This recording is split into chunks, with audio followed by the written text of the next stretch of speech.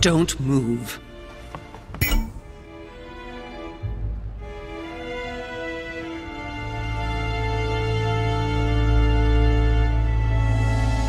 Wait, I don't... So you've come at last. Easy. Let me turn around. Oh my God, Mother, what has happened to you? Who are you? What? But, Mother... Who are you? It's me, Louis, your son. No, you lie. You won't catch me out like that. Louis isn't here. He obeys his mother. He would never have come here. Mother, I don't know what you've been through, but lower your arm, please. You think I was born yesterday, do you? But it won't work. I'm begging you. One day you will fall. Mother! Why are you here?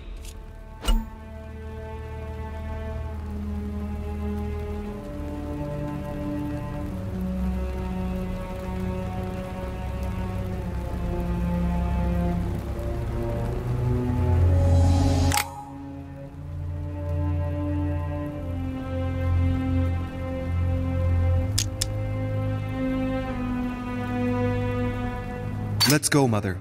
Let's go home. In all my heart, there's nothing I want more. But I know you won't let me leave. You are evil incarnate.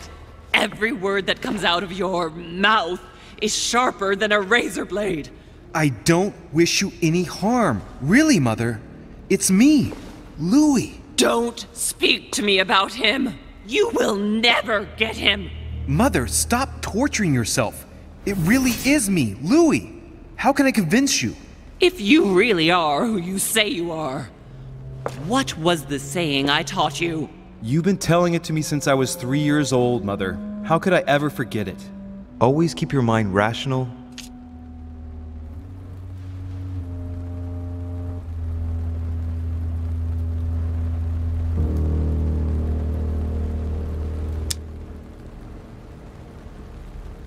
And open. You knew it. You are smart. You're getting me muddled up. Tell me, rather, whose place were we at when I told you I was coming here? Mother, I really am your son. You can't trick me. We were in Paris. We were investigating an art dealer. His name?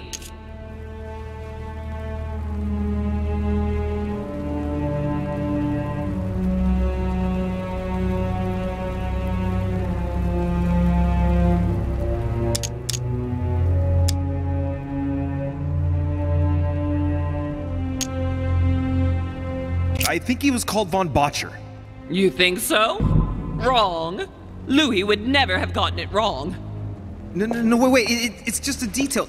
He lived in Paris, near the Notre Dame Cathedral. We investigated him for 3 months. He made a fortune by taking advantage of gullible collectors of Parisian high society. You're a good actor. He was an ancient art dealer. He had the book, Al-Azif. And that's what you wanted to get out of me, wasn't it? Not at all. We unmasked him, but then he came after us. We escaped, but you didn't want me to intervene. I listened to you, and we knocked him out. What? How? You can't know about that. Louis, no. Is it really you? No! It's not true. It's a nightmare. Don't tell me that. Have you spoken to him? Oh, shit. She's completely panicked because I spoke to Mortimer. It seems she's afraid of what he might have said to me about her. Did he speak to you? Mother, I don't know what you're imagining, but don't worry. Everything will be all right. If you're worried about what I might think about Elizabeth Adams, honestly... Oh, Louis! Elizabeth is the last of my worries right now. I did what I could for her, but it was too late. Very well. Rational and open, Louis. Since you arrived on the island, has anything strange happened to you? Depends on what you mean by strange.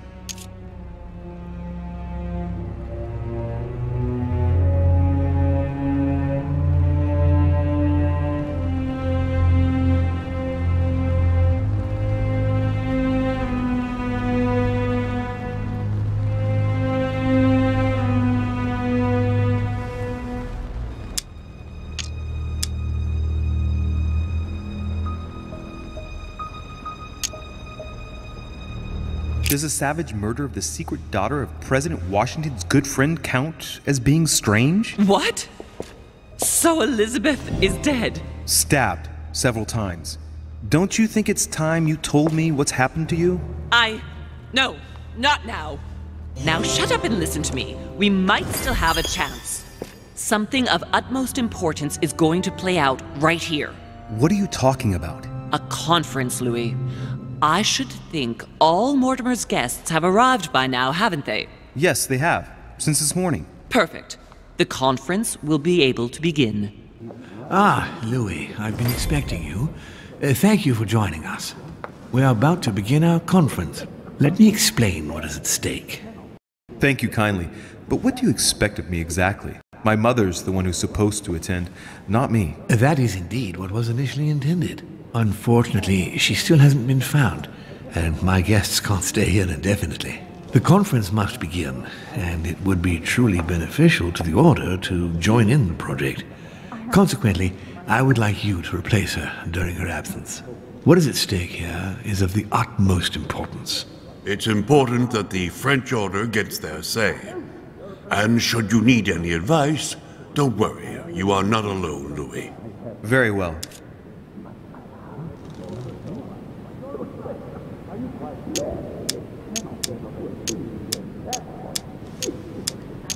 In concrete terms, how do you organize your discussions?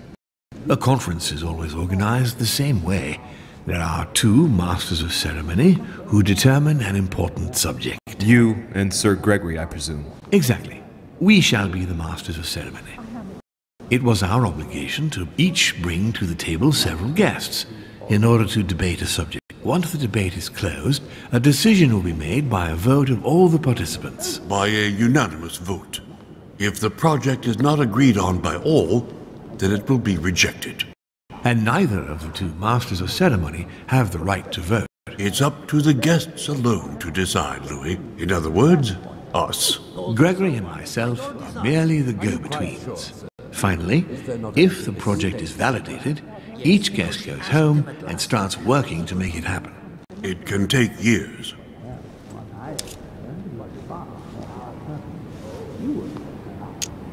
Louis, let me keep you a moment. I would like to let you in on a secret before we begin, because I'm going to need your assistance. You see, the project I'm going to present concerns the territory of Louisiana in North America. It's currently Spanish territory, and I'm going to make the proposition to the Assembly for it to become French.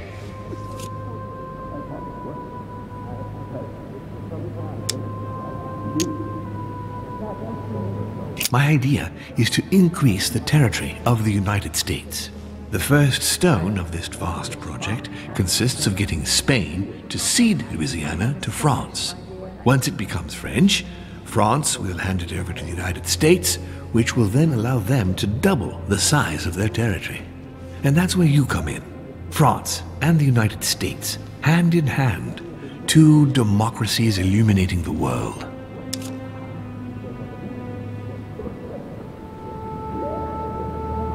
But why spread it over two phases? Why not announce the overall project immediately? Unfortunately, if Spain were to hear that the intention of all this is to allow the United States to grow, they would never sign. Manuel Godoy is perfectly aware of President Washington's appetite. If the United States took Louisiana, Godoy would know full well that he will have lost the entire North American continent. Things must take place in several stages. Otherwise, the change will be too brutal, and he will have no choice but to reject the project. Take a look at them. Apart from President Washington, they all belong to monarchies. Do you really think they won't resist? Of course they'll fight, fearful as they are of losing their precious privileges. But the world needs visionaries, like you, like your mother. It's a pity Sarah isn't here to see it. She only knew about a tiny part of the project. I hope I can count on you, Louis. It's time to start now. I must ask you to keep it to yourself for the time being. Take a seat, follow the discussions. We'll have an opportunity to catch up later, and you'll be able to let me know your thoughts.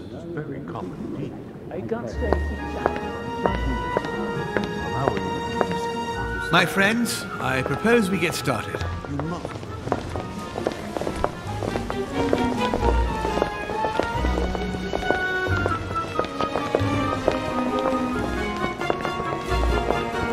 First of all, I would like to thank you for taking the time to come.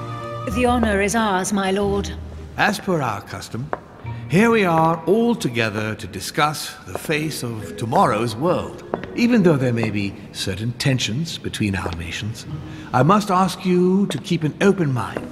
As Sarah de Richet is unable to be among us, please welcome Louis de Richet, who will represent the Golden Order and will vote on its behalf when the time comes. Welcome among us, Louis. Welcome, Monsieur. I hope he'll be more effective than his mother regarding the protection of the King of France. The Order has proved particularly inefficient. Come, Manuel, you're not going to spoil our visit. The Order's mission was not to protect King Louis XVI, as far as I am aware. We are talking about a king of divine blood, for goodness sake. It seemed obvious to me he needed protecting. If the Golden Order wants to pride itself on being an influential organization, it should have kept him alive.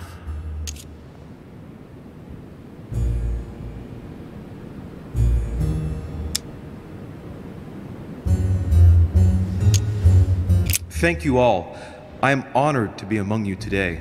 I will strive to represent the interests of the Order as best I can. Perhaps we may begin, Lord Mortimer. Certainly. I have a dream that our nations will continue to support each other, more now than ever before. A dream that, for the sake of common good, we will do what it takes to ensure stability in the modern world. I have a dream that we shall lead by example and ensure that the American territory may remain in peace. Thank you for the thought, Lord Mortimer, but I don't see where you're leading. I'm coming to it, Mr. President. I need not remind you that North America is currently divided between the United States on the east coast and Spain, which occupies the remaining two-thirds of the continent. Well, I propose that Spain cede the center of the continent to France, namely all of Louisiana. Louisiana? But, well, it is not for sale. Lord Mortimer, I sincerely hope I have not come all this way just to hear you ramble on about what Spain should and should not do. When we went to all the trouble of gaining the territory a few years ago, it was not just to lose it today. Have I made myself clear? What did I tell you, William? You speak of union, and yet here you are, about to tear us apart. Duke Manuel, I perfectly understand you. But rest assured, you will soon adore my proposition. You shall see. Well, since you give me the choice, my good fellow, allow me to doubt it. However, I am impatient to hear what Spain could possibly gain from the sale of Louisiana.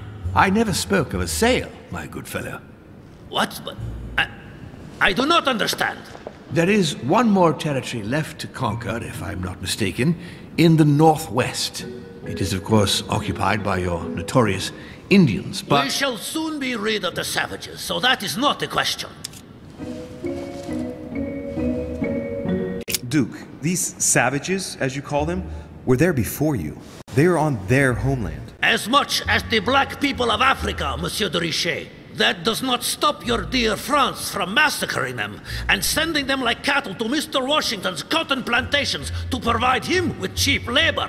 So you keep your morals to yourself, if you please. Senor, I would not like to be associated with that. The subject of black slaves in the United States of America is a complex subject, which we shall resolve at a future date.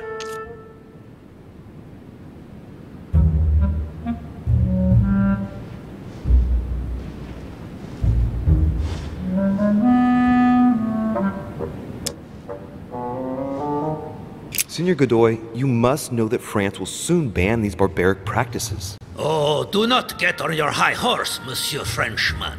The only reason why France has ceased trading in slaves is because of the commercial blockade that Great Britain has imposed against you. The instant the shipping lanes have been restored, France will again treat these people like cattle. Come now, my friends, let us not digress.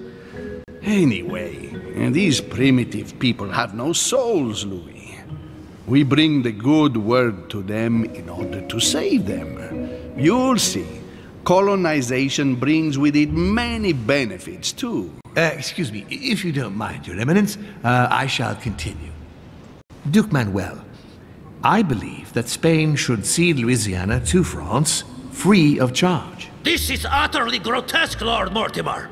What a strange example you set for your young protégé. Isn't that so, Monsieur de Richet? Do you understand anything of this proposition?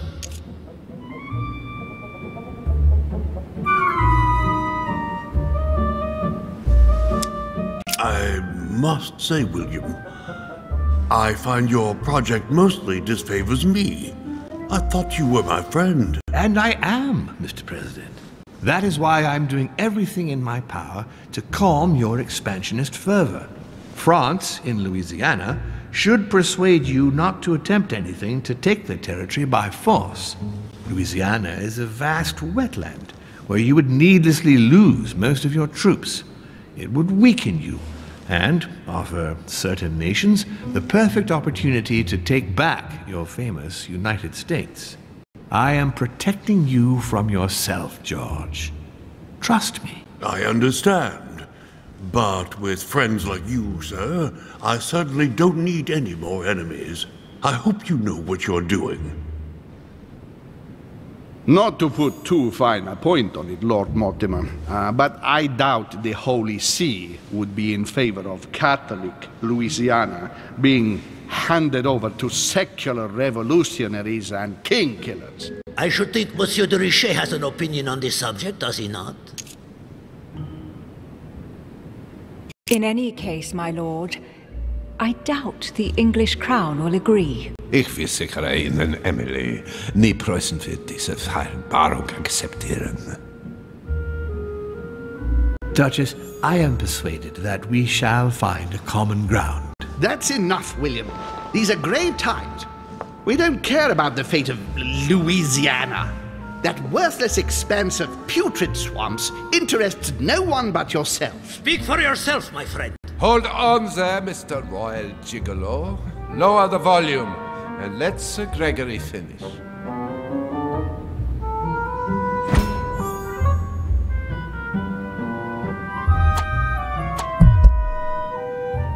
How dare you! Gentlemen, let us try to remain calm. There you are, William.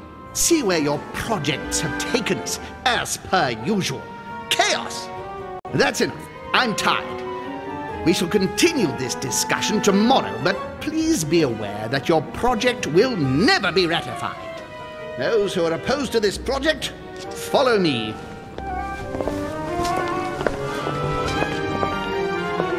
Are you coming with us, Monsieur de Richet? Come, Gregory, I think Louis would rather stay. Wouldn't you, Louis?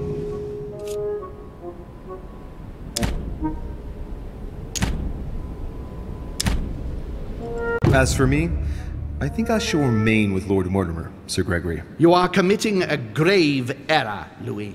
Time will tell.